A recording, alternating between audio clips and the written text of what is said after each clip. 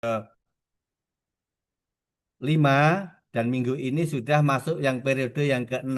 Nah, kalau kelas ini periode kelima, yang minggu ini sudah masuki periode yang ke-6. Jadi luar biasa Pak, Semarang Pak.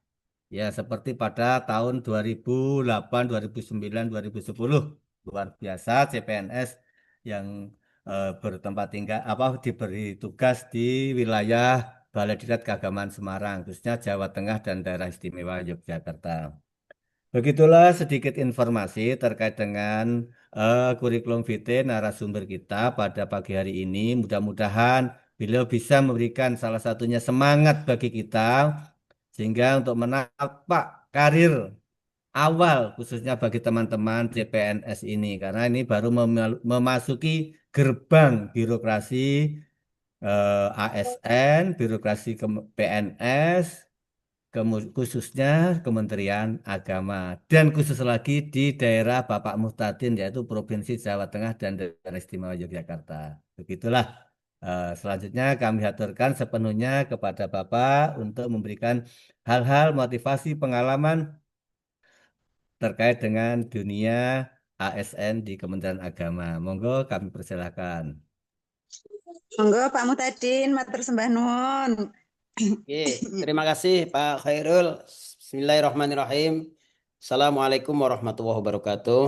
Waalaikumsalam. Waalaikumsalam warahmatullahi wabarakatuh. Bu Uun, Bu Kasubag TU Bidika Semarang, Pak Ya, Pak Khairul, Tadin, nggih. keluarga besar Bidika Semarang dan para peserta Latsar CPNS dari Jawa Tengah dan Daerah Istimewa Yogyakarta. Saya senang sekali pagi ini bisa bergabung dengan Bapak Ibu dari Jawa Tengah dan Daerah Istimewa Yogyakarta karena dua daerah ini saya memiliki latar belakang historis yang tidak bisa saya lupakan. Jadi saya lahir dan besar di Demak, lalu saya belajar sekitar 7 tahun di Yogyakarta. Jadi ini dua daerah yang sangat istimewa ini. Jadi kalau orang Jogja bilang yang istimewa Yogyakarta, bagi saya yang istimewa Yogyakarta dan Jawa Tengah. Bapak Ibu tadi sekilas saya sudah diperkenalkan sama Pak Khairul. Jadi saya ini orang desa yang merantau ke kota. Sebelum menjadi PNS saya lama bekerja di sebuah NGO mengelola program-program dari Amerika, dari Jepang, dari Australia, mengelola banyak anggaran yang salah satu fungsi dari anggaran itu kita gunakan untuk mengedukasi masyarakat agar menjadi masyarakat yang mandiri dan kritis. Kritis kepada masyarakat. Nah, pada kesempatan itu saya sering menulis.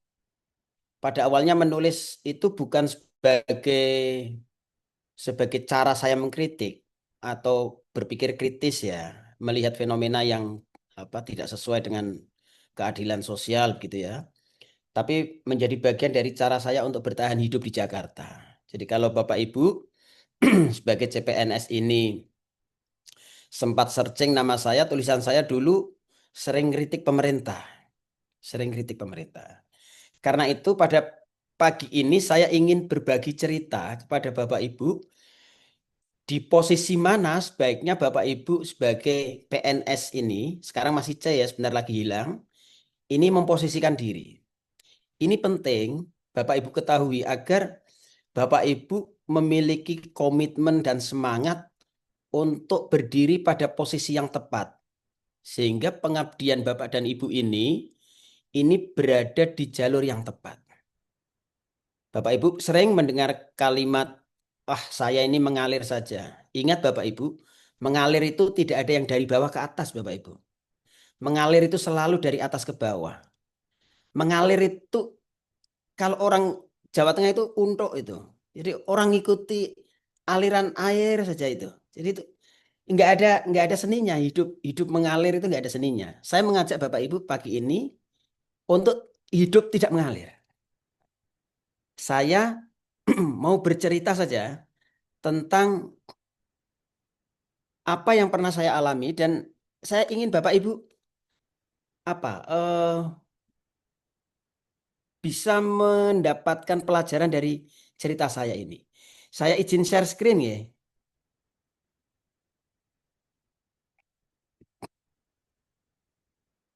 Bapak Ibu yang saya hormati,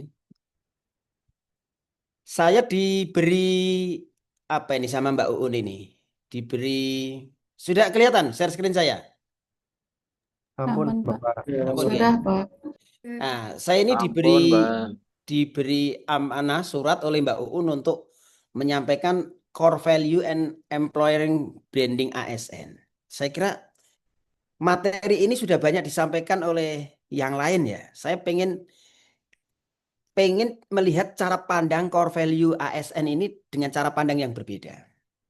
Nah, ini CV saya tadi udah dibacakan. Nanti Bapak Ibu bisa searching tulisan dan CV saya tidak begitu membanggakan, tapi saya menyenangannya. Saya mensyukuri apa yang pernah saya alami. Jadi ini bukan untuk membanggakan diri, tapi saya mensyukuri apa yang pernah saya alami.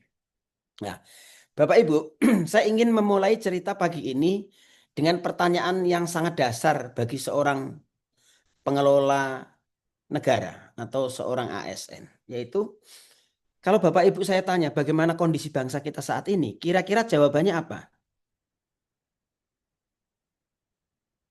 Coba ada yang pengen menyampaikan. Kalau saya sampaikan pertanyaan bagaimana kondisi bangsa kita saat ini, jawabannya kira-kira apa? Silakan satu yang bisa mewakili gitu.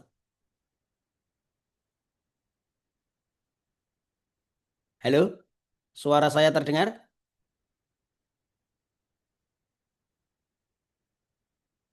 Ada suara saya, Mbak Uun?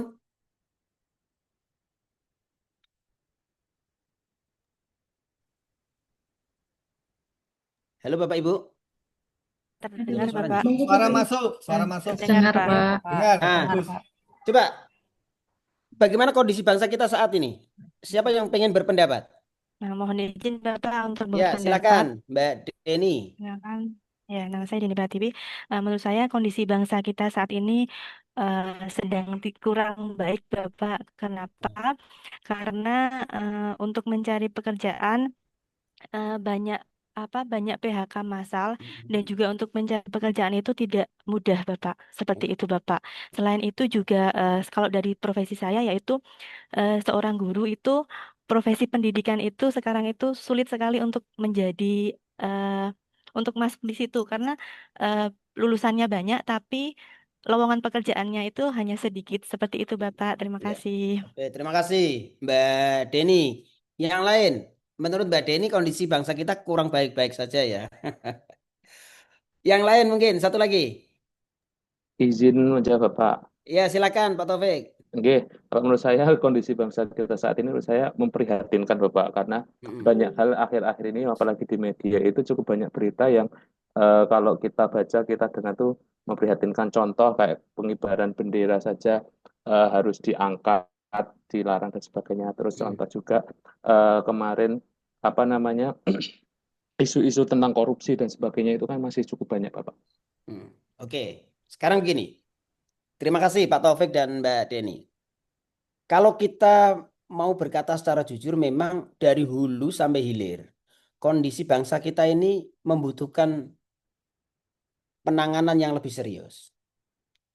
Kalau kita baca berita-berita di Jawa Tengah misalnya, di Semarang itu setiap 3 hari sekali ada kasus korupsi. Setiap 3 hari sekali dari mulai Januari sampai bulan Juli itu ada 58 kasus korupsi. Per 3 hari sekali ada kasus korupsi. Itu dari sisi korupsi. Korupsi ini menjalar tidak hanya di problem-problem besar ya, tapi juga di problem-problem kecil. Karena korupsi ini tidak bisa dihilangkan kalau bekerja sendirian. Korupsi bisa dihilangkan kalau kita bergerak bersama. Karena apa? Kalau 10 orang yang 9 ingin korupsi, yang satu tidak, itu yang satu akan berusaha agar yang 9 terpengaruh. Jadi ini problem yang sangat krusial, problem yang sangat besar, problem yang butuh komitmen besar sekali untuk lepas dari jebakan korupsi ini. jebakan korupsi ini. Orang Indonesia ini Bapak dan Ibu, ini orang Timur. Orang Timur yang adab dan kesantunannya itu didasari atas sopan santun. Saya misalnya datang ke rumah Mbak Dewi, bertamu misalnya. Kalau Mbak Dewi sebagai kepala madrasah, itu tidak ada anggaran untuk jamuan tamu. Tapi kira-kira kalau saya datang atau Bu Uun datang ke tempat Mbak Deni, itu akan disuguhi teh atau kopi enggak? Saya yakin sebagai orang Timur, Mbak Deni akan menyuguhkan teh atau kopi. Atau Pak Taufik akan menyuguhkan teh atau kopi.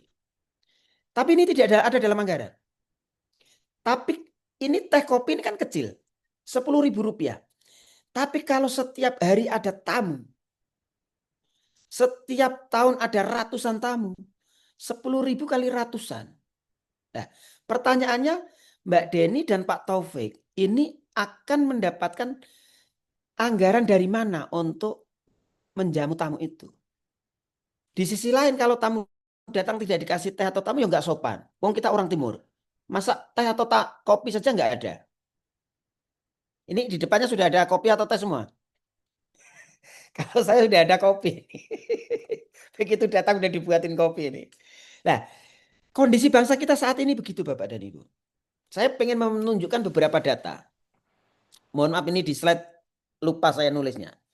Pertama, saya mau berbicara tentang data pendidikan. Karena kita semuanya mayoritas bergerak di bidang pendidikan dan keagamaan. Ini di Kementerian Agama. Core bisnisnya kan di situ.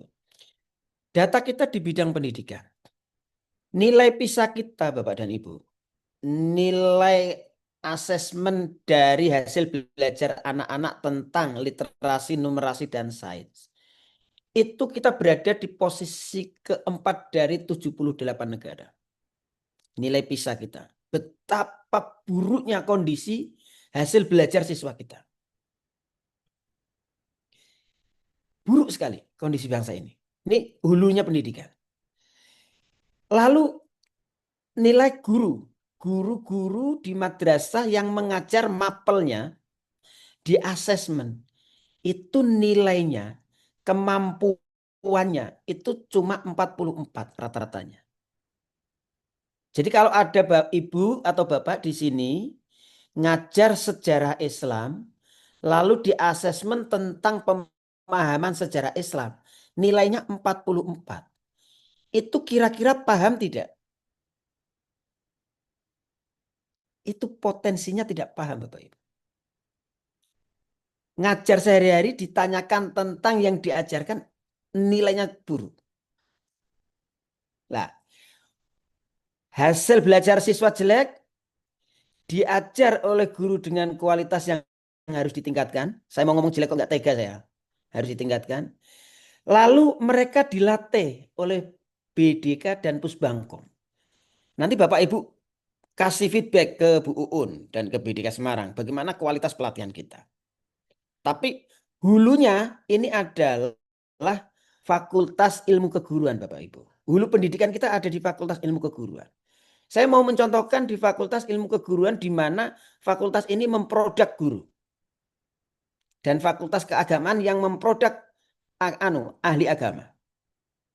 Ada yang Fakultas Tarbiyah, ada yang alumni Fakultas Tarbiyah. Coba angkat tangan yang alumni Fakultas Tarbiyah.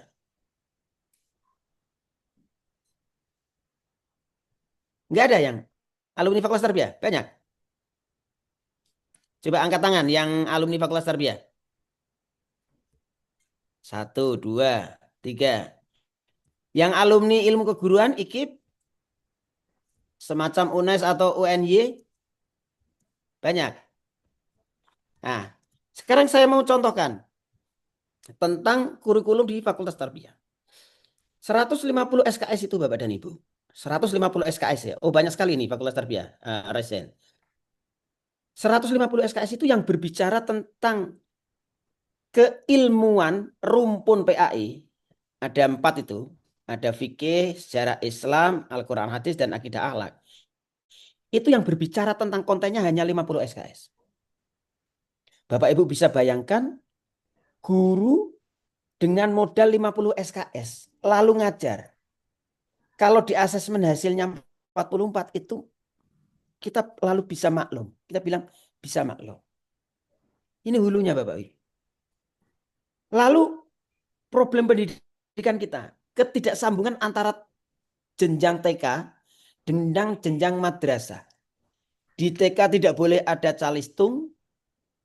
Di madrasah kelas 1 ibtidaiyah langsung disuruh baca.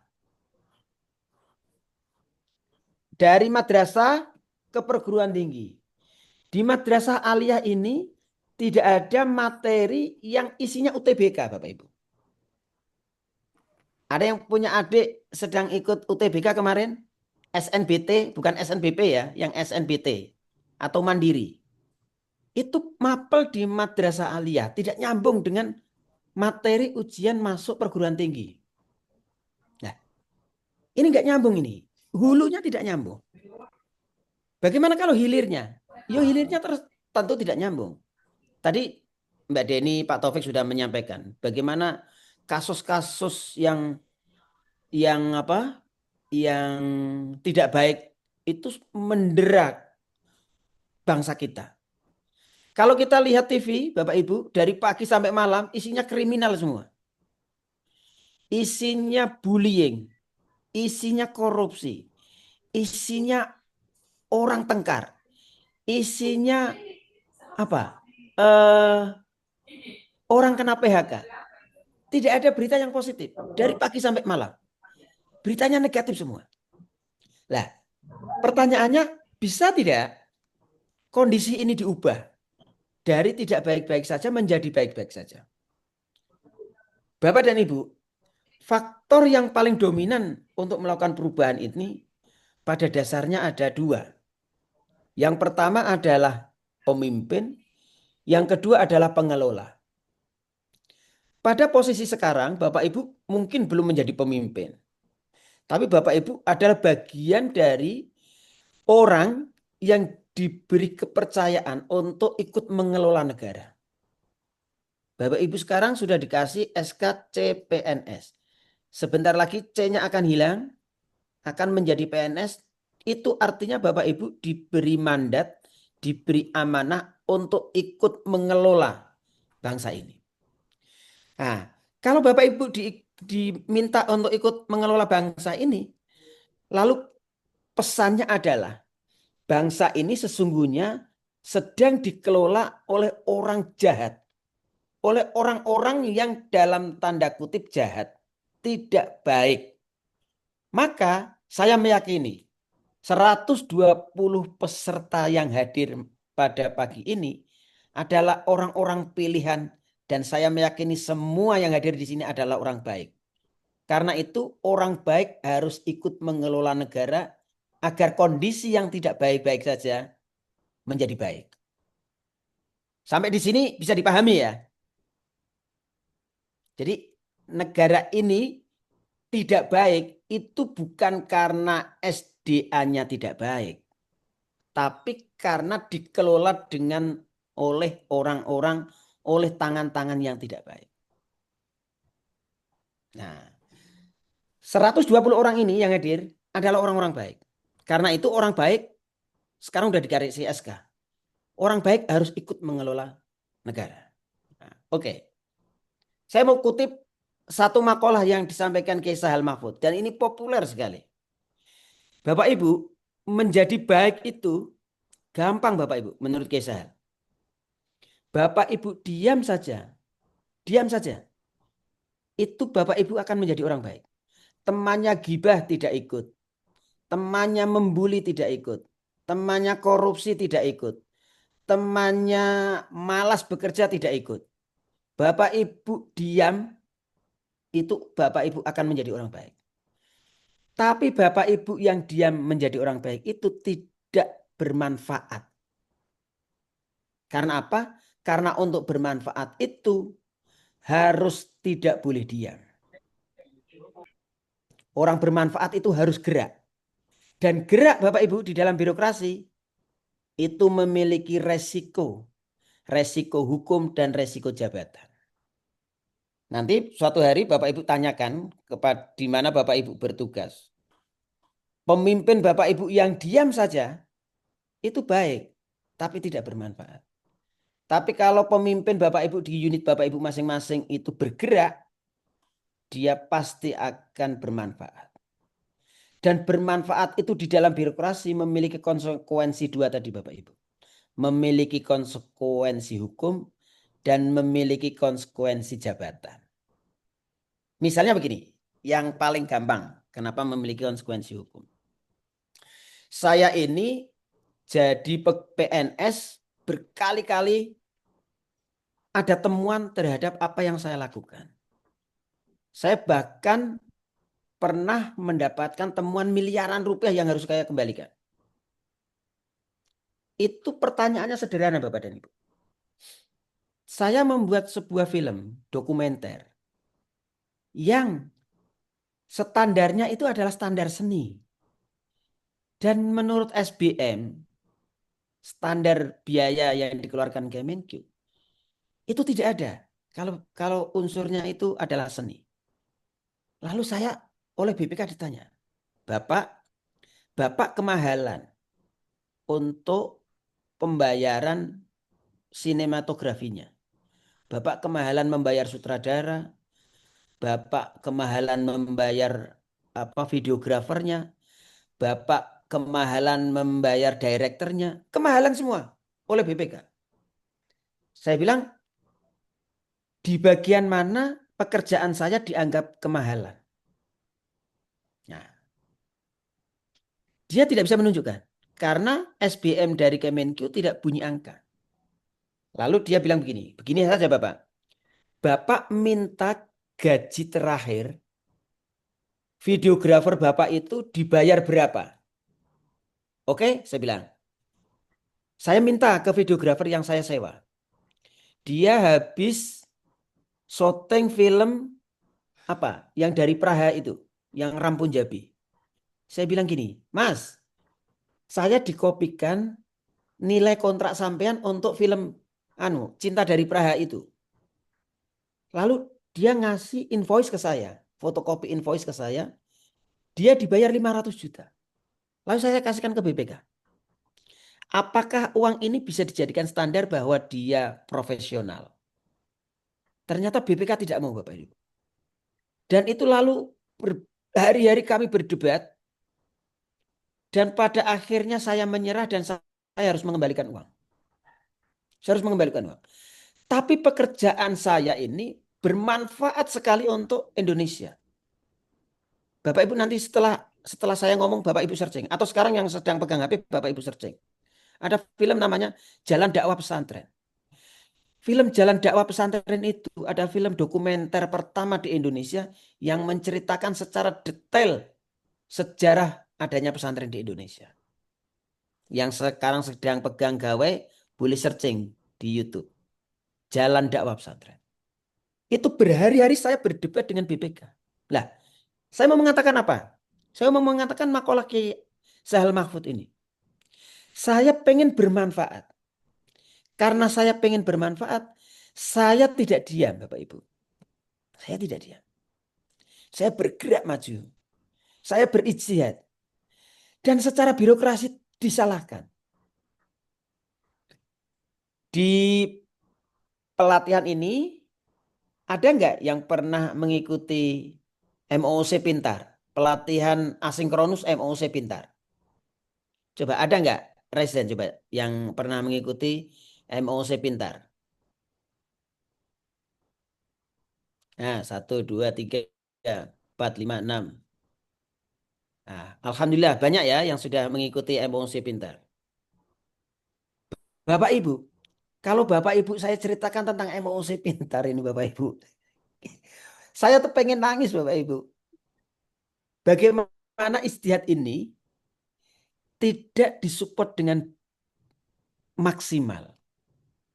Saya berkali-kali dilaporkan Bapak dan Ibu. Dan itu tidak masalah bagi saya. Karena yang ada di pikiran saya harus menjadi orang bermanfaat apapun resikonya. Lah, karena saya sebenarnya kalau tidak mau ngambil resiko juga nggak masalah.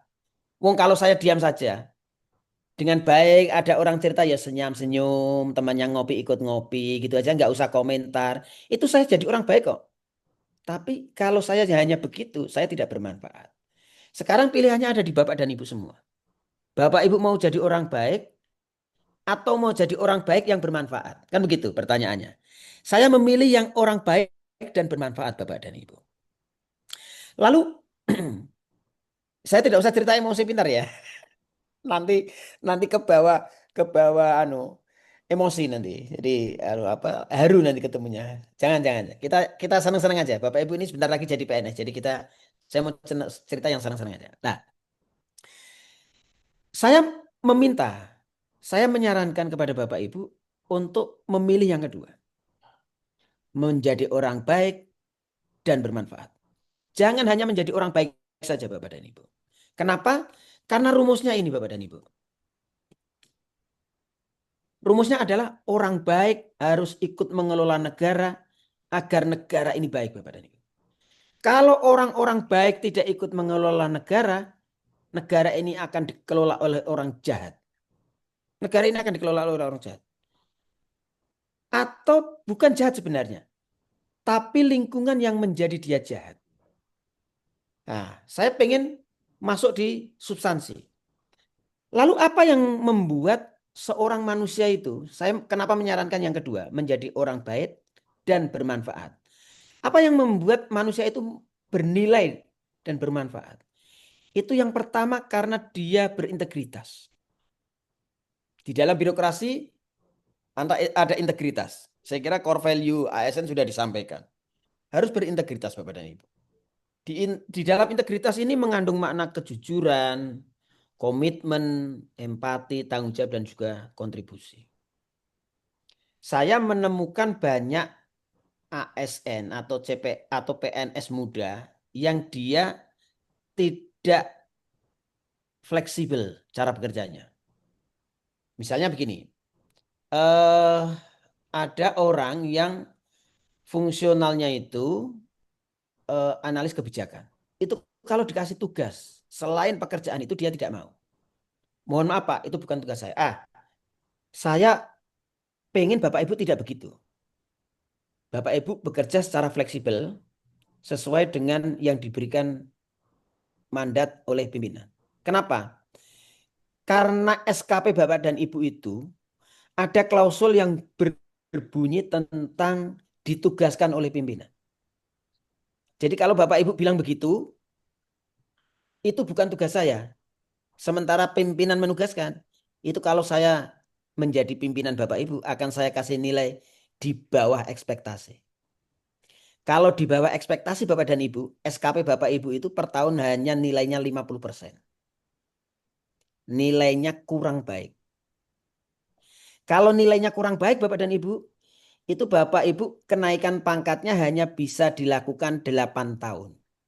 Nah, ini nanti hitung-hitungan SKP-nya ini.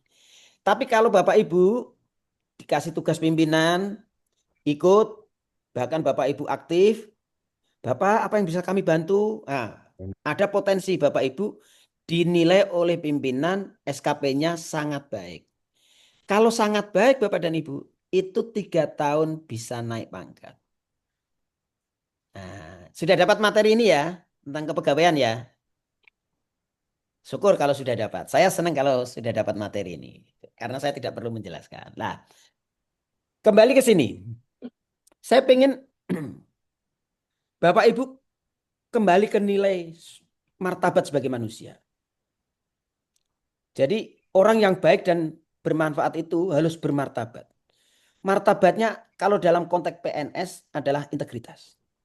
Integritas ini taruhan kita Bapak dan Ibu. Integritas ini taruhan kita. Apa yang kita tanam hari ini bahkan ini Bapak Ibu, itu dipanen oleh anak cucu kita. Suatu hari saya pindah dari Demak ke Jakarta, ke Pendis, ke Dijen Pendis. Ini cerita saja ya. Lalu ada orang yang sudah pensiun lama, terus anaknya itu ada di ruangan bersama dengan saya. Terus teman saya itu suatu hari cerita ke saya, Pak Tadin, si A ini Pak, itu persis ibunya. Coba, Padahal ibunya sudah pensiun bertahun-tahun yang lalu. Orang nggak motor orang. Misalnya begini, Mbak Faridatul Nyara. Aiman ya, Aiman ini. Mbak Farida misalnya, Mbak Farida ini. Iya. Mbak Farida ini rajin, bertanggung jawab, sangat kontributif, orangnya jujur. Suatu hari Pak Ahmad Arsyad ini ketemu anaknya Mbak Farida. Ketemu anaknya Mbak Farida.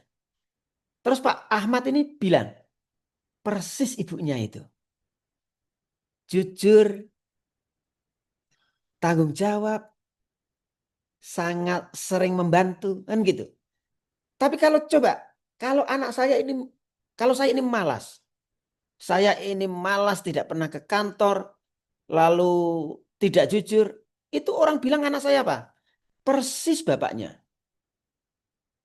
Ke kantor nggak pernah, kalau ada perjalanan minta terus, kalau tukin belum cair nanyakan terus, ya, persis bapaknya. Lah, apa yang kita tanam hari ini Bapak Ibu, itu bukan hanya kita yang memanen. Bahkan anak cucu kita yang tidak tahu apa-apa ikut kena getahnya. Karena itu integritas ini harus dipertahankan. Harus diraih. Harus diusahakan. Tidak boleh integritas ini datang begitu saja tanpa desain kita. Harus didesain. Karena integritas ini kalau tidak didesain, itu ketemunya kita orang baik saja, tapi tidak bermanfaat. Bapak Ibu harus baik dan bermanfaat, dan itu harus mendesain integritas. Jujur ini godaannya banyak Bapak Ibu. Bapak Ibu belum pernah ketemu uang cash 100 juta atau 500 juta. Jadi Bapak Ibu bilang, kita ini bersih Pak Tadin, kita ini bisa jujur Bu Uun. Bapak Ibu belum ketemu cobaan. Kalau Bapak Ibu sudah ketemu cobaan, Bapak Ibu sudah ketemu cobaan, itu kalau Bapak Ibu bisa melewati, baru Bapak Ibu boleh, saya sudah lewat cobaan itu. Saya jujur. Itu sama dengan kalau ada perempuan lihat cowok ganteng, terus dia tidak ngelirik. Dia bilang begini, cowok itu di mana-mana sama. Ya segitu-gitu aja. Lalu ada cowok yang ganteng lewat depan ibu. Ganteng banget ini. Nah, itu ibu tidak berhasil melewati cobaan itu. Tapi kalau ibu lihat cowok ganteng biasa-biasa saja, ibu sudah berhasil melewati cobaan itu. Lah, orang-orang yang hebat ini harus bergerak. Karena dalam pergerakan itu dia akan menghadapi cobaan, dia akan menghadapi tantangan, dia akan menghadapi tekanan dan ancaman-ancaman yang lain. Kalau semuanya sudah lewat, itu baru menjadi orang yang dahsyat, hebat. Lah, yang kedua, yang bernilai dari seorang manusia itu adalah kalau dia bermanfaat. Keberadaannya bermanfaat untuk orang lain. Pada posisi ini Bapak dan Ibu, saya ingin mengatakan bahwa PNS itu yang hebat itu seorang manusia yang dia mendharma baktikan untuk kebermanfaatan orang lain. Ini kira-kira Bapak dan Ibu, apa yang membuat manusia itu bernilai? Lalu apa yang membuat seorang ASN itu bernilai Bapak dan Ibu? Ini kuncinya. Kunci yang ingin saya sampaikan kepada Bapak Ibu pagi ini. Yang membuat seorang ASN bernilai itu adalah pengabdiannya. Kualitas ASN dinilai dari kualitas pengabdiannya. Pengabdiannya bisa dilihat minimal dari 3 hal. Yang pertama dari kesediaannya melayani masyarakat dengan tulus. Kesediaannya melayani masyarakat dengan tulus. Bapak Ibu yang menjadi guru nanti akan dicoba di lapangan. Seberapa tulus Bapak Ibu melayani anak-anak. Seberapa tulus Bapak Ibu melayani wali murid. Bapak Ibu yang ada di birokrasi nanti akan Bapak Ibu dicoba. Akan ada peristiwa seberapa tulus Bapak Ibu melayani masyarakat. Ada tamu, bagaimana respon Bapak dan Ibu. Ada problem, bagaimana melayani masyarakat. Ini nanti akan di dalam sejarah panjang Bapak Ibu menjadi PNS, nanti peristiwa-peristiwa ini akan muncul. Lalu yang kedua, seberapa serius Bapak Ibu akan menjadi seorang yang bisa bekerja secara profesional. Profesional itu begini Bapak dan Ibu. Kita ini kalau guyon tentang profesional itu artinya dibayar. Profesional itu kalau guyonnya dibayar. Misalnya begini dibayar, di profesional itu. Wah, panitianya tidak profesional itu. Berarti panitianya tidak bayar kita itu. Itu guyonnya orang-orang. Tapi profesional ini Bapak dan Ibu, ini adalah kumpulan antara komitmen dengan keterampilan. Jadi pengetahuan, komitmen, dan keterampilan itu namanya profesional. Kalau Bapak Ibu memiliki pengetahuan, lalu Bapak Ibu memiliki keterampilan, memiliki keahlian, lalu Bapak Ibu memiliki apa tadi? Ke pengetahuan, memiliki komitmen untuk mewujudkan. Itu yang disebut profesional. Jangan menjadi PNS yang tidak profesional. Yang tidak profesional itu apa Bapak Ibu? Yang tidak profesional itu pengetahuannya di bidang pekerjaannya tidak ada, keterampilannya di bidang pekerjaannya tidak ada, komitmennya tidak ada. Jadi profesional itu 3 itu. Mengetahui, cakap, berkomitmen. Kalau kita ini ditugasi oleh pimpinan pada sebuah pekerjaan, hal yang paling cepat itu adalah kita harus mempelajari tentang pengetahuan di pekerjaan yang diberikan oleh pimpinan itu. Sekarang zaman teknologi, tidak ada alasan untuk tidak tahu. Hanya dengan sekali klik, semuanya ada dalam genggaman kita. Semuanya ada dalam genggaman kita. Lah, pengabdian seorang PNS yang paling susah adalah yang ketiga ini Bapak Ibu. Yaitu pengabdian yang berorientasi pada kepentingan publik yang harus di atas kepentingan pribadi. Orang itu sering begini. Kalau saya membantu orang lain, misalnya Bapak Ibu di kantor, kalau saya membantu orang lain, itu keuntunganku apa ya? Nah, itu orientasinya salah. Itu orientasinya pada kepentingan pribadi. Nah, PNS yang hebat, yang bernilai, itu PNS yang bilang, gak urusan sama kepentingan pribadi. Gak urusan sama kepentingan pribadi. Yang saya urusi adalah kepentingan publik. Saya mau cerita, mestinya tadi nggak cerita. Mau cerita gak enak. Ini antara mau cerita atau tidak. Tapi saya pengen cerita sedikit aja. MOOC itu Bapak dan Ibu. Itu dibangun dengan nilai melayani masyarakat. Ada banyak hal yang melatar belakangi kenapa MOOC Pintar, yang Bapak Ibu sering ikut itu hadir karena untuk melayani masyarakat. Misalnya begini, 120 orang peserta ini, seandainya semuanya adalah guru, maka akan ada kelas jumlahnya 120 yang kosong. Kalau satu BDK 120 kelas, lalu ada 14 BDK dan 2 loka. 120 dikali 16. Ada berapa ribu kelas yang kosong pada jam produktif belajar. Itulah mengapa Pintar hadir, karena kita sedang ingin mengampanyekan, meminta agar di Indonesia ini tidak ada kelas kosong. Tidak ada kelas kosong. Tapi ini CPNS, nggak masalah. Baru awal-awal. Tapi kalau sudah jadi PNS Bapak dan Ibu, nanti kalau mau mengembangkan kompetensi, jangan meninggalkan kelas. Jangan meninggalkan kelas. Meninggalkan kelas itu akan menurunkan proses pembelajaran. Proses pembelajaran yang kurang baik akan berakibat pada kualitas pendidikan kita yang tidak baik. Lah, kira-kira begitu Bapak Ibu. Terakhir, ini adalah sambungan dari yang tadi disampaikan oleh Gesar. Kita harus menjadi orang baik sekaligus menjadi orang bermanfaat. Orang yang bermanfaat itu tidak diam, dia berani ngambil resiko, dia berani melakukan sesuatu. Dan kalau dia berani mengambil resiko dan melakukan sesuatu, sesungguhnya dia sedang melakukan perubahan. Dan ingat Bapak dan Ibu, perubahan hanya lahir dari minoritas yang kreatif. Perubahan tidak lahir dari event-event besar.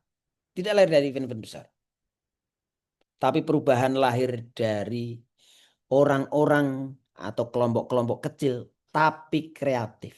Ada tapinya Bapak Ibu, tapi kreatif. Dari kelompok-kelompok kecil, tapi kreatif. Indonesia ini salah satu problemnya yang tidak baik-baik saja itu. Problem birokrasi kita adalah senang dengan seremonial. Senang dengan seremonial. Pekerjaan birokrat kita itu adalah seremonial. Kalau sudah seremonial, itu ngundang kepala madrasah, ngundang guru untuk menghadiri. Kalau mereka sudah menghadiri, yang terjadi adalah kelas yang kosong. Guru akan meninggalkan kelasnya. Alasannya dipanggil Pak Kakanwil, disuruh menghadiri Pak Menteri, disuruh menghadiri Pak Dirjen. Kelas-kelas yang kosong inilah awal mula proses pembelajaran menurun. Proses pembelajaran menurun. Ada masa-masa di mana kita kompromi untuk menghadiri hal-hal yang seremonial. Tapi pada posisi-posisi yang prinsip, saya pengen Bapak dan Ibu yang posisinya guru tidak meninggalkan kelasnya. Tidak meninggalkan kelasnya. Kalau yang di kantor gampang itu. Tapi kalau yang di kelas ini ada proses yang harus dikawal. Arnold Toynbee ini adalah seorang sejarawan dari Inggris Bapak dan Ibu. Nanti Bapak Ibu bisa searching Arnold Toynbee ini. Karyanya banyak dan sangat inspiratif. Tapi dia melakukan banyak penelitian yang hasilnya adalah perubahan hanya lahir dari minoritas yang kreatif. Kira-kira begitu Bapak dan Ibu. Terima kasih. Jika ada yang ingin dikonfirmasi atau ditanyakan, saya membuka kesempatan untuk berdiskusi. Kurang lebihnya mohon maaf. Assalamualaikum warahmatullahi wabarakatuh. Waalaikumsalam warahmatullahi wabarakatuh. wabarakatuh. Assalamualaikum warahmatullahi wabarakatuh. Materi kan Bapak yang telah menyampaikan materi pagi ini, Bapak izin apakah diberikan kesempatan untuk peserta bertanya jawab? Barangkali ada? Iya Ibu, silakan. Monggo. Oke. Ya, monggo Bapak Ibu, beliau memberikan kesempatan untuk bertanya jawab. Barangkali dari peserta angkatan 28, 29 atau 30 ada yang ingin menyampaikan pertanyaan kepada beliau.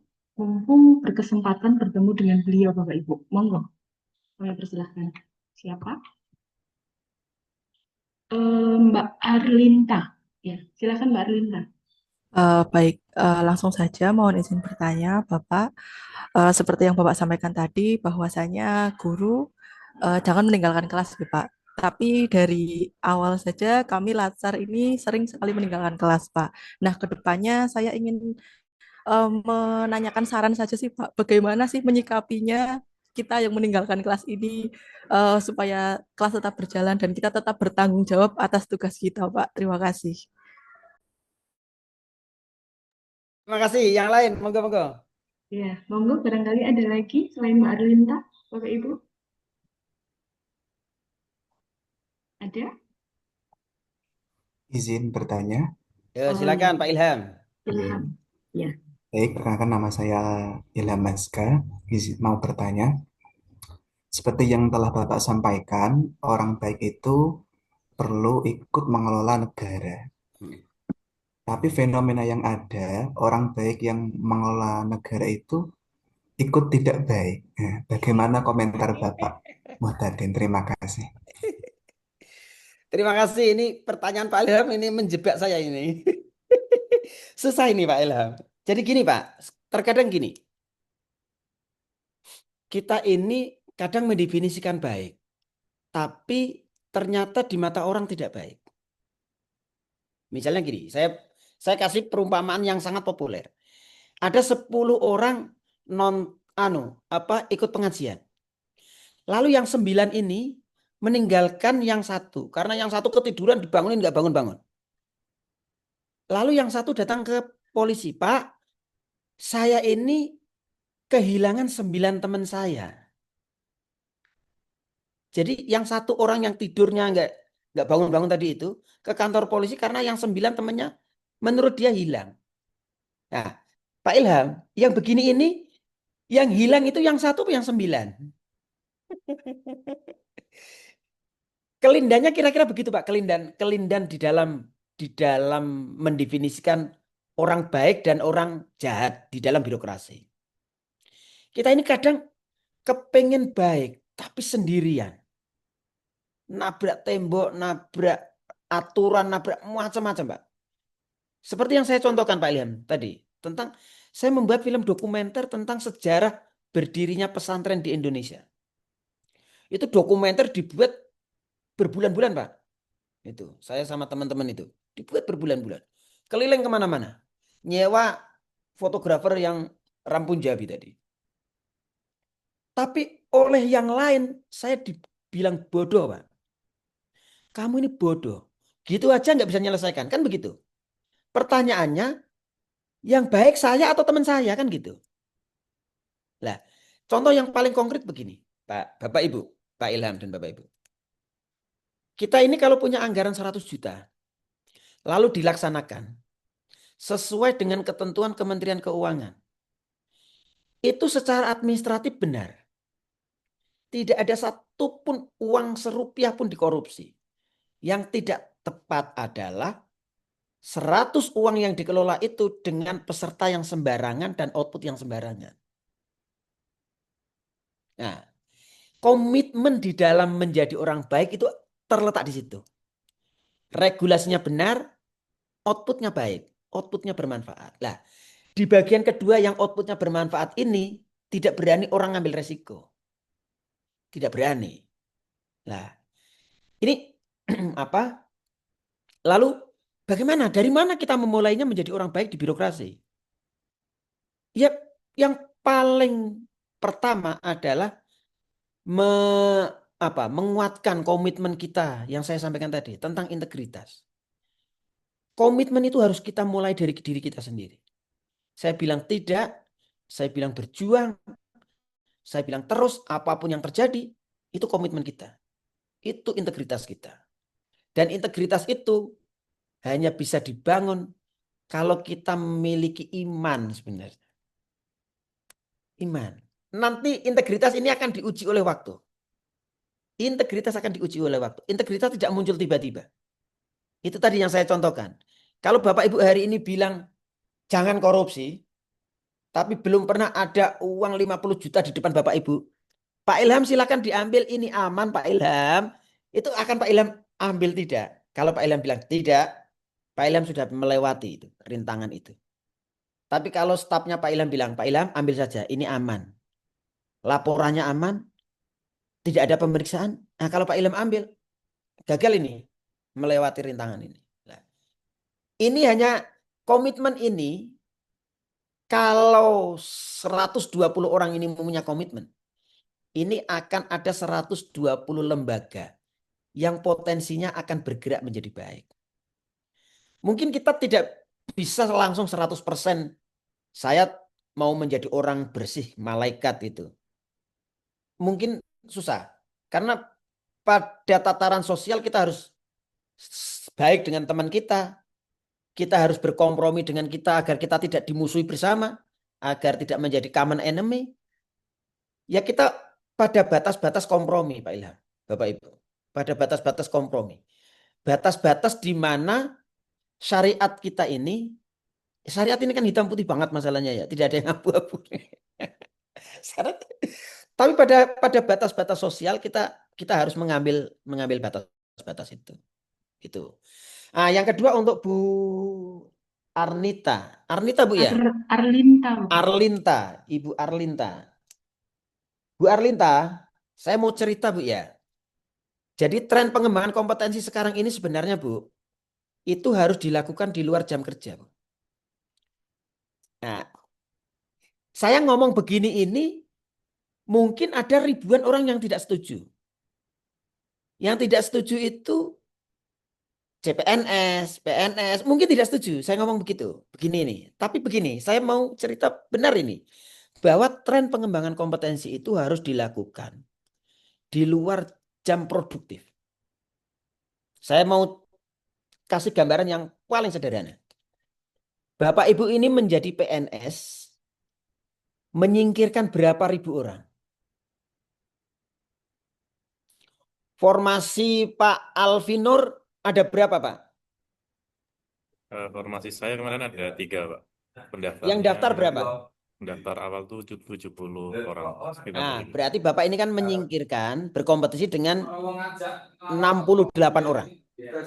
Ya kan? Nah, pertanyaannya begini. Ini pertanyaan yang paling dasar.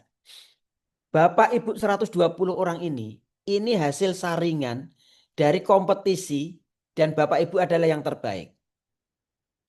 Yang terbaik ya. Bapak Ibu ini adalah yang terbaik dari kompetisi ribuan itu. Kalau Bapak Ibu ini terbaik dan dipilih, pertanyaannya adalah, Bapak Ibu ini kompeten tidak? Jawabannya kompeten, Bapak Ibu. Bapak Ibu 120 orang yang ada di sini ini, semuanya kompeten. Karena berhasil menyingkirkan kompetitornya. Kira-kira kan begitu. Kalau Bapak Ibu kompeten, maka tugas organisasi apa? Bapak Ibu harus menghasilkan hal-hal yang produktif di jam produktif, di jam kerja. Bapak Ibu karena sudah kompeten, ini adalah investasi organisasi, maka Bapak Ibu harus menghasilkan sesuatu yang produktif. Kalau Bapak Ibu menghasilkan sesuatu yang produktif, maka di jam produktif Bapak Ibu tidak boleh meninggalkan pekerjaan. Nah, rumusnya kan begitu. Bapak Ibu tidak boleh meninggalkan pekerjaan. Sudah kompeten kok. Buktinya menyingkirkan ribuan orang. Buktinya menjadi yang terbaik. Karena Bapak Ibu ini kompeten, menjadi yang terbaik. Di jam kerja, Bapak Ibu harus kerja. Harus bermanfaat untuk organisasi. Lah, kalau Bapak Ibu mau mengembangkan kompetensi, berarti dilakukan kapan? Wah, Ibu Julia sudah ngantuk ini. Ngopi, Bu. Maka Bapak Ibu mengembangkan kompetensinya harus di luar jam produktif. Ini rumus Bapak Ibu. Tahu Bapak Ibu kenapa di perusahaan-perusahaan itu tidak boleh orang mengikuti pengembangan kompetensi? Bahkan lembaga-lembaga pelatihan, lembaga pengembangan kompetensi di perusahaan itu dibubarkan mayoritas, Bu. Bapak Ibu. Dibubarkan. Karena berbiaya besar dan tidak produktif. Karena menghabiskan jam produktif pegawai. Jam produktif pegawai. Lah, ini tren Bu Arlita, Bapak Ibu yang lain, bahwa pengembangan kompetensi trennya sekarang harus dilakukan di luar jam produktif. Tapi kita di Kementerian Agama belum bisa ya. Kita sedikit demi sedikit akan kita coba agar pengembangan kompetensi terus bergerak di luar jam produktif. Saya melihat Google Analytics-nya Pintar, emosi Pintar ini senang. Di jam produktif itu orang yang mengikuti pelatihan sekitar 10%. Saya husnudzon, 10% itu sedang tidak ada jam kerja, sedang tidak ngajar atau sedang istirahat. Tapi di luar jam itu Bapak Ibu, habis asar jam 5 sore sampai jam 11 malam, itu biasanya 60% dari pendaftar sedang on. Itu artinya apa?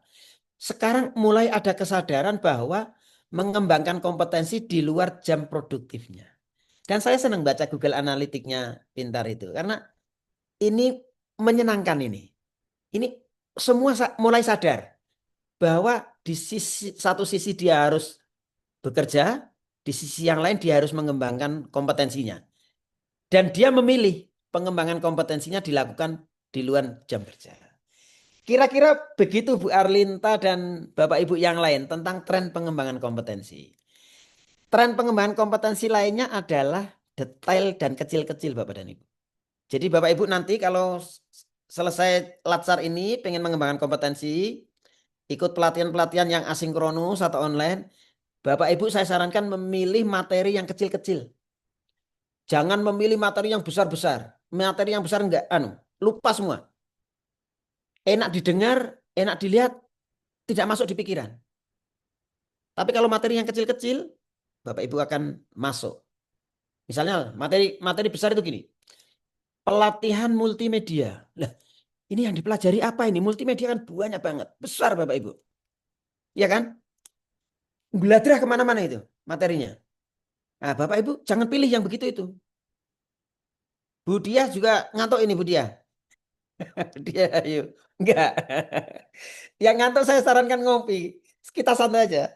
Lah, pilihlah yang misalnya begini. Yang kecil detail itu. Membuat media pembelajaran dengan Canva for Education. Misalnya begitu aja. Nah, nanti Canva for Education, Bapak Ibu pilih yang kecil lagi. Membuat media pembelajaran berbasis PPT dari Canva for Education. Nah, selesai pelatihan Bapak Ibu bisa membuat media pembelajaran dengan PPT. Udah itu aja. Atau Bapak Ibu membuat video pembelajaran dengan CapCut. Misalnya begitu. Kecil saja. Tapi selesai dapat. Selesai dapat. Selesai dapat. Jangan ikut yang gede-gede gitu. Nanti ketemunya negara tidak baik-baik saja. Negara baik-baik saja itu kalau dimulai dari hal-hal yang kecil-kecil. Dimulai dari hal-hal yang kecil-kecil. Kira-kira begitu Bapak Ibu nggih. Kalau masih ada waktu sampai 9:30 maksimal nggih. Oke, Matur nuwun Bapak, masih ada Bapak. Mbak Nggih, Amalia silakan silakan. Rahmawati dari Angkatan 28. Monggo Mbak Silakan Ama. silakan. Baik, terima kasih. Terima kasih Pak Muhtadin atas materinya, Bapak. Jadi ini materi yang menurut saya sangat ini mungkin sangat ngelihat ini kali ya realita gitu. Jadi lumayan banyak relate-nya kayak gitu. Nah, sebenarnya tuh sebelumnya saya tuh tadi penasaran Pak, apa namanya kalau misalkan Bapak sebagai orang pengambil kebijakan di katakanlah di bencana luwuh, terus habis itu apa namanya gimana kalau misalkan Bapak itu tuh menurut aturan Bapak harus mengadakan barang itu tuh kayak apa datangnya tuh cuma beberapa hari, jedanya lumayan lama. Sedangkan Bapak melanggar aturan nanti Bapak bisa menyelamatkan orang yang kritis di sana kayak gitu. Sebenarnya saya tadi mau menanyakan itu, tapi setelah banyak cerita Bapak sampaikan, terus habis itu kayaknya Bapak akan menjawab hal yang sudah saya duga gitu. Nah, terus sebenarnya gini sih Pak, saya lebih penasaran karena kan Bapak sudah cukup lama gitu ya ada di dunia ini terus kemudian penasarannya tuh lebih ke sebenarnya sih yang Bapak cari gitu mesti kan itu hal yang nggak mudah gitu ya Pak ya kalau misalkan mungkin ada hal-hal yang menurut Bapak tuh nggak berkenan di nilainya Bapak tapi kayak di aturan tuh harusnya kayak gini gitu apa yang Bapak cari dari melakukan hal tersebut dan kemudian yang kedua tuh pertanyaannya adalah ada pesan buat kita yang mungkin kalau dari saya sendiri tuh saya ini dunia yang baru banget gitu Pak jadi mungkin kita hampir ini ya Pak mungkin saya ada kesamaan sedikit dulu tuh saya di swasta gitu Pak jadi dunianya cukup berbeda gitu sih Pak buat bisa mempertahankan nilai dan juga bisa beradaptasi seperti itu Pak. Semoga saya diizinkan untuk bertemulah diketemukan dengan Bapak suatu saat nanti. Makasih ya Pak kesempatannya. Itu aja Pak pertanyaannya. Terima kasih Mbak Amalia. Saya jawab dulu Bu nggih, biar Iya, mumpung oke. masih ingat ini. Iya. Jadi Ini kalau yang curhatan ditanya kalau curhatan kalau sepertinya yang ditanya curhatan Mbak Amalia ya Bapak ya. nggih. Kalau yang ditanya gini, kalau yang ditanya apa yang saya cari? Dalam konteks orang yang beriman, beragama Islam, saya tentu mencari ridho Allah sebagai orang yang beriman. Lalu saya punya prinsip khairunas anfa'uhum linnas. Tapi di dalam birokrasi harus ditambahi orang baik dan bermanfaat. Linnas. Tapi begini, ada hal yang terkadang saya sering termenung, Mbak Amalia dan Bapak Ibu yang lain. Saya ini pengen suatu hari, kalau saya tidak menduduki di jabatan itu, di jabatan yang saya emban, itu saya tidak menyesal terhadap apa yang pernah saya jalani. Paham yang saya maksudkan? Yang saya maksudkan begini. Kalau saya menjadi humas pendis, saya menjadi humas pendis lama sekali. Sampai bosan saya. Sampai minta pindah berkali-kali nggak dapat-dapat, nggak boleh-boleh. Lalu saya memaksa untuk pindah. Nah, ini yang saya ceritakan bukan memaksa pindahnya. Tetapi saya waktu jadi humas, itu saya berusaha, berikhtiar, dengan prinsip baik bermanfaat. Itu dengan bekerja keras agar ketika saya pindah, saya tidak menyesal. Ciri orang menyesal itu begini. Setelah pindah, saya ngeritik dan ngasih masukan terus kepada Humas Pendis. Itu ciri orang menyesal. Jadi saya dari Pendis pindah ke Litbang, pindah ke Pusbangkom, dulu namanya Pusdiklat. Itu yang saya lakukan, tidak menengok Pendis. Kenapa? Karena saya sudah bekerja keras waktu saya dikasih jabatan itu. Nah, caranya begitu Mbak Amel. Jadi agar kita apa yang dicari ya tentu itu, tapi di dalam konteks birokrasi saya punya prinsip. Saya tidak pengen suatu hari kalau saya dipindah dari posisi saya, itu saya tidak menyesal. Misalnya saya sekarang jadi kabak TU. Itu segala hal saya upayakan agar ada prestasi. Segala hal saya upayakan agar ada sesuatu yang saya bangun. Keinginan saya apa Mbak Amel? Keinginan saya kalau suatu hari saya tidak menjadi kabak TU di Pusbangkom, itu saya tidak ngasih masukan terus kepada penerus saya, kepada pengganti saya. Saya tidak ngeritik terus kepada pengganti saya. Nah, jadi saya pengen mengatakan kepada Bapak Ibu semua, apapun posisi Bapak Ibu dan sekarang, itu kerjakan secara serius. Syukur-syukur kalau Bapak Ibu memiliki sesuatu yang nanti bisa ditinggalkan. Kenapa? Agar di kemudian hari Bapak Ibu ketika dipindah itu tidak ngasih masukan terus di posisi yang Bapak Ibu tinggalkan. Tidak ngeritik terus. Nah, kenapa? Karena kita ini diberi dua hal. Yang pertama diberi amanah, wewenang. Yang kedua dilengkapi dengan anggaran. Orang kayak saya ini dilantik dengan SK diberi dua hal itu Bapak Ibu.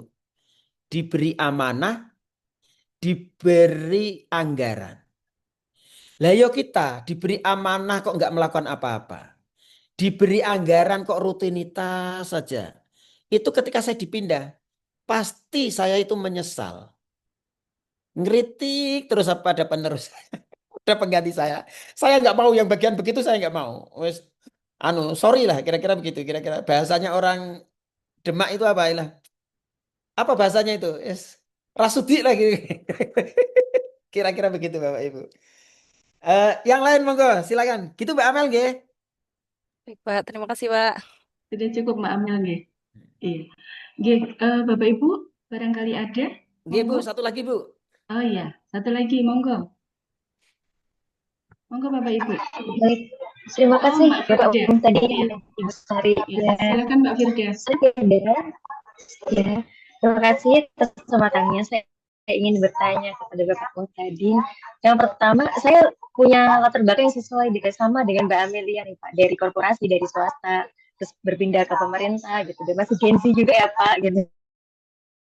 Masih baru banget dengan dunia ini gitu. Nah, saya melihatnya Bapak juga ada switch karir ya Pak, atau apa ya, peningkatan kompetensi Bapak sendiri di Kementerian Agama ya Pak, dari Humas ke Pusbangkom begitu. Itu tentu ada apa jalur atau cara untuk kita bisa mengembangkan karir. Mungkin itu pas gitu atau bukan ya Pak, saya kurang paham betul dengan bidang Bapak sendiri. Tetapi saya melihat seperti ada perkembangan begitu kan. Bagi kita juga, apakah kita juga bisa Pak ke depan gitu, misalnya ada kemungkinan untuk itu gitu. Yang pertama itu, yang kedua Pak soal akuntabilitas ya, kan kita di sini kita belajar value, saya juga mengenal ada akhlak dan sebagainya. Tadi dari penjelasan Bapak ada satu yang cukup saya ingin bertanya sekali tentang akuntabilitas. Ketika kita pekerjaannya itu bisa dikerjakan oleh banyak orang begitu, atau kita tadi dituntut terus bisa semuanya begitu, itu akuntabilitas seorang individunya kita atau kita dikerjakan tim itu bagaimana begitu. Terima kasih Pak Muhtadin, Ibu. Terima kasih Mbak Firda ya. Farida apa Firda ini? Firda. Firda. Saya kira kalau kesempatan ke apa ke pekerjaan yang lain itu ya kalau di birokrasi kan sangat memungkinkan ya. Bahwa bahkan saya ini pindah berkali-kali karena saya orangnya bosen. Jadi karena bosen itu begini definisi saya. Kalau saya pengen sesuatu lalu sudah saya wujudkan, saya biasanya minta pindah. Jadi pengalaman saya dari Demak ke Jakarta, dari Pendis, dari Humas ke Direktorat Pondok Pesantren, lalu ke Pusbangkom itu saya menjalankan banyak hal dan sudah terwujud, lalu saya pengen tantangan baru. Nah, saya itu senang banget dengan sesuatu yang baru. Nah, cuma masalahnya begini, membuat sesuatu yang baru itu tidak mudah. Ada banyak sekali resiko yang harus kita tanggung ya. Tidak hanya resiko ini, tidak hanya resiko administrasi, tapi resiko dimusuhi teman kita sendiri juga. Ini yang harus siap kalau kita mau melakukan sesuatu, mau melakukan perubahan. Eh, dari sinkronus ke asinkronus itu resikonya besar.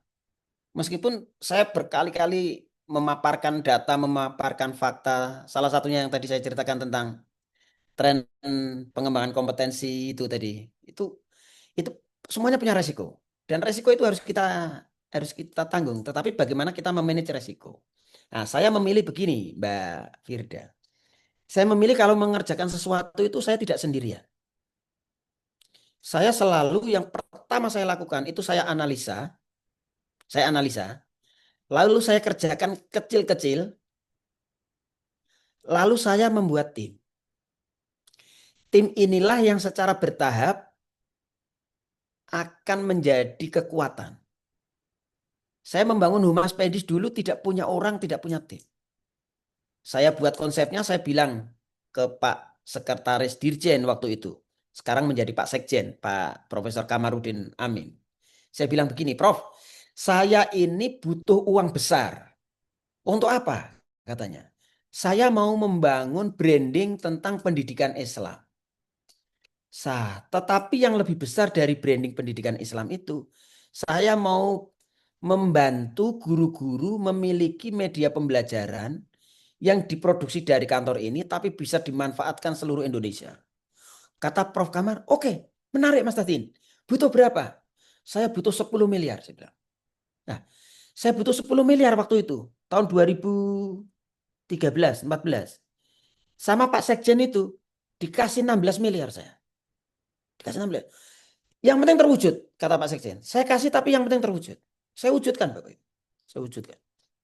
Lalu saya beda ke Pusbangkom, saya wujudkan lagi. Tapi itu punya resiko. Tapi resiko itu sepanjang Bapak Ibu menempatkan posisi yang tadi saya sampaikan, kepentingan masyarakat di atas kepentingan pribadi, itu tidak ada orang yang takut dengan resiko itu. Apalagi resiko cuma tidak disenangi, itu resiko kecil itu. Resiko yang tidak kita, Bapak Ibu belum pernah ketemu BPK atau Ijen yang galak, nggak bisa tidur kita. Diperiksa nggak bisa tidur. Tapi itu ya gimana resiko pekerjaan. Lah, tentang tim ini penting. Tim ini penting Bapak dan Ibu. Bapak Ibu kalau mau membuat media pembelajaran di madrasahnya masing-masing, jangan sendirian. Nanti bekerja sama dengan guru lain. Penting. Saya cerita tentang Humas Pendi tadi. Setelah itu saya buat tim. Dan setelah saya buat tim, saya datangkan. Tim ini kosongan. Saya datangkan teman-teman saya dari Metro TV, dari Detik, dari Trans TV, dari mana, dari Gatra, dan mana-mana. Saya bilang, tolong diajari mereka. Tolong diajari, saya bayar. Nah, setelah itu termasuk bagaimana fotografer yang baik. Saya nyewa dari fotografernya Angkasa Pura. Saya bilang, Mas, setiap event sampean harus ikut saya. Setiap event Pendis. Di Pendis kan eventnya banyak banget ini. Gede-gede, banyak. Saya bilang sama tim, cara kamu belajar foto itu nggak usah pakai teori. Di mana fotografer yang saya sewa itu berdiri, kamu berdiri di sampingnya. Di mana dia bergerak, nyepret, kamu nyepret juga. Nanti setelah 3 bulan, saya tanya, gimana rasanya? Hampir sama. Saya udah ketemu feel-nya. Lah, itu. Lalu di Pusbangkom sama, membuat MOC pintar. Tidak ada orang yang paham tentang ini. Saya datangkan teman-teman setelah bisa. 1 tahun berikutnya, ketika teman-teman saya menjelaskan cara membuat media pembelajaran, saya tidak ikut. Karena tim sudah bisa semua. Kenapa saya membuat tim? Kalau dalam teori organisasi, pekerjaan yang baik adalah pekerjaan yang bisa dibagi tuntas. Tapi sebenarnya tidak itu. Saya ini orangnya malas.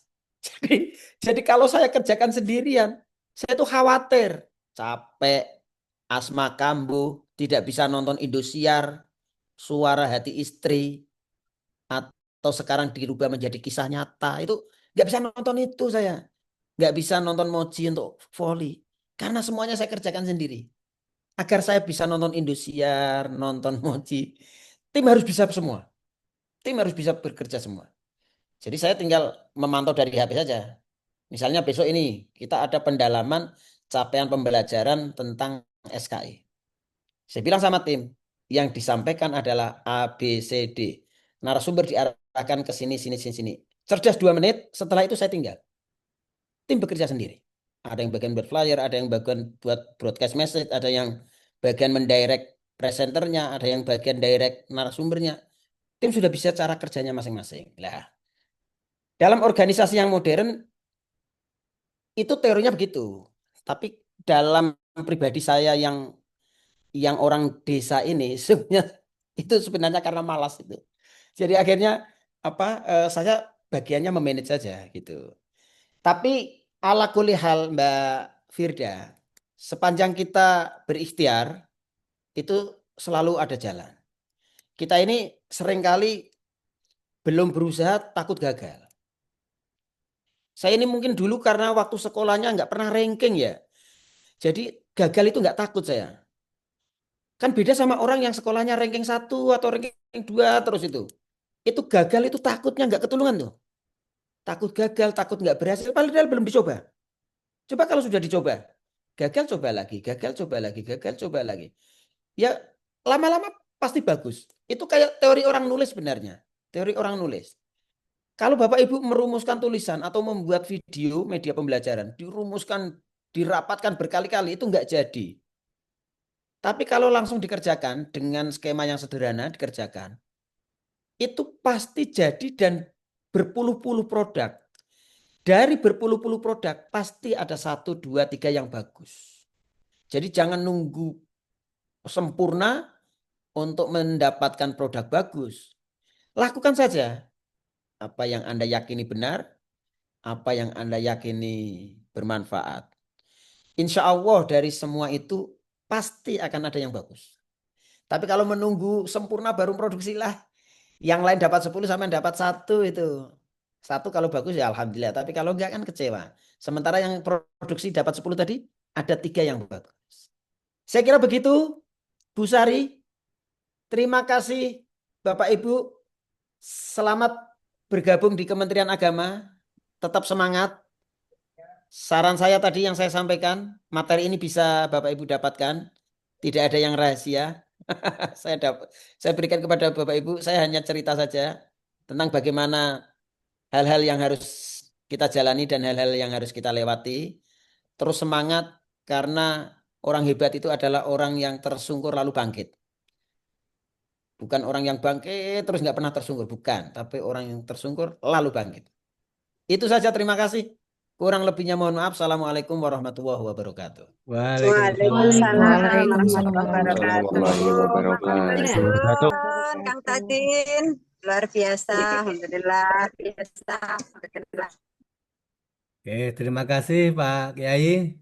Ya, mudah-mudahan apa yang disampaikan kurang lebih 90 menit ini bisa memberikan motivasi kekuatan yang luar biasa pada adik-adik kita yang baru menapak tangga pertama memasuki dunia birokrasi, dunia ASN khususnya di Kementerian Agama. Sekali lagi kami aturkan terima kasih. Mudah-mudahan Pak Mutadin selalu diberikan kesehatan Amin, amin, amin. dan Amin, amin, kekuatan amin. ya, sehingga tetap bisa meningkatkan meningkatkan layanan ibadah ya, kepada kita yang ada di daerah kan gitu ya. Mudah-mudahan bisa lanjut terus bermanfaat, sukses dan barokah. Amin, amin, Amin, amin. amin ya rabbal alamin. Selanjutnya kami persilahkan Bapak Kiai Mutadin untuk undur diri untuk melaksanakan tugas kegiatan yang lain sesuai dengan tupoksi panjenengan ya. Mungkin hari ini banyak agenda yang sudah menunggu ya. Jadi Ciputat start. Oke, Nggih, monggo terima kami kasih. persilakan. Nggih. Terima kasih, saya izin nggih. Nggih, Sehat-sehat monggo. semua. Nggih, Sukses-sukses. assalamualaikum Eh, warahmatullahi Nggih, wabarakatuh. assalamualaikum. nuwun Kang. Nggih. Bun, Bu Matur suwun Pak Un. Muhtadin ya. Nggih, makasih, makasih. Nggih. Pak Khairul, Bu Un. Nggih. Cari, terima kasih. Saya izin live nggih. Nggih. Oke, baiklah teman-teman. Untuk sesi yang pertama pada hari ini kita break dulu ya. Kemudian nanti akan segera menunggu agenda berikutnya yaitu untuk materi berikutnya. Barangkali ada waktu 5 menit, mungkin ada hal-hal yang lain akan disampaikan oleh teman-teman panitia yang lain, informasi terkait dengan apakah di linknya masih sama atau tidak. Ini biar nanti Mas Tilman, Mas Agus, kemudian teman-teman yang lain bisa menyampaikan. Kami selaku ya yang menemani barangkali banyak kekhilafan, kekurangan dalam hal bertutur kata dan sebagainya. Kami mohon maaf yang seikhlas-ikhlasnya dari saya. Kurang lebihnya mohon maaf lahir batin. Assalamualaikum warahmatullahi wabarakatuh. Waalaikumsalam. Mohon izin live dulu, nggih. Ya, Waalaikumsalam Bapak warahmatullahi Ibu, ya, Bapak Ibu beserta Patsat Angkatan 28 sampai dengan 30, Bapak Ibu boleh istirahat dulu sekitar 30 menit, nanti jam 10 sampai dengan jam 11.30 Bapak Ibu bisa kembali bergabung sesuai dengan link Zoom yang sudah kami sampaikan di grup, di informasi di grup. baik. Iya, saya kira itu monggo boleh leave selama istirahat selama 30 menit. Lebihnya dari kami semua, panitia mohon izin undur diri, kurang lebihnya mohon maaf. Assalamualaikum warahmatullahi wabarakatuh. Waalaikumsalam warahmatullahi wabarakatuh.